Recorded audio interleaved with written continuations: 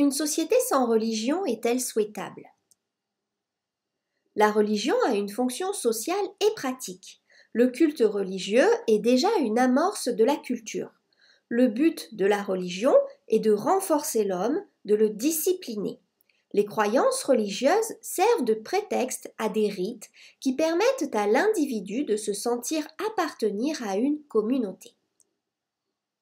La religion statique constitue une assurance contre la désorganisation sociale et contre la dépression morale devant la mort et l'imprévisibilité du monde. Kant analyse le fait religieux comme un signe social.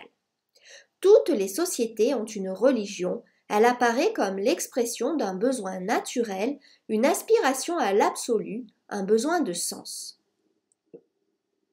La foi est un engagement, un oubli de soi et un dépassement vers l'autre. Elle est l'occasion d'éprouver sa spiritualité.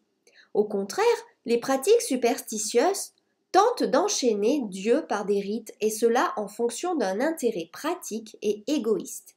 La religion se borne à implorer la faveur des dieux sans jamais les contraindre, dit Bergson. Kant établit une différence entre la religion naturelle et les églises. Qu'est-ce donc que la religion ? La religion est la loi présente en nous, pour autant qu'elle reçoit son poids d'un législateur et juge au-dessus de nous. Pour Kant, l'homme devient son propre législateur dans l'action morale. Celle-ci relève de la volonté déterminée par la raison et la liberté s'exerce à travers l'autonomie morale. L'existence de Dieu, pour Kant, n'est ni l'objet d'une démonstration théorique, ni la projection illusoire d'un désir. L'homme ressent le besoin d'une synthèse entre le désir et la raison. Seule cette unité peut produire du sens. Dieu est un postulat de la raison pratique. Ce n'est pas lui qui fonde la conscience morale, mais la réalisation de la conscience morale qui le présuppose. La religion relève d'un besoin métaphysique qui est commun à tous les hommes.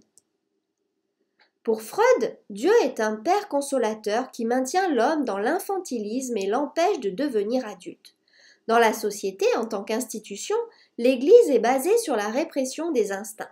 La religion est la névrose obsessionnelle de l'humanité, dit Freud. Pour Marx, la religion est le besoin d'un esprit dans un monde qui n'en a plus. En donnant un sens à la souffrance, la religion maintient le peuple dans la résignation. Le problème n'est pas de croire ou de ne pas croire, il est comment croire. Kant dit que la foi doit s'exercer dans les limites de la raison.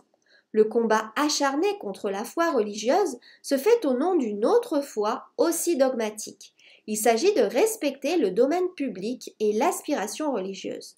Celle-ci ne s'exprime pas nécessairement à travers la foi en Dieu, elle se réalise à travers la création artistique.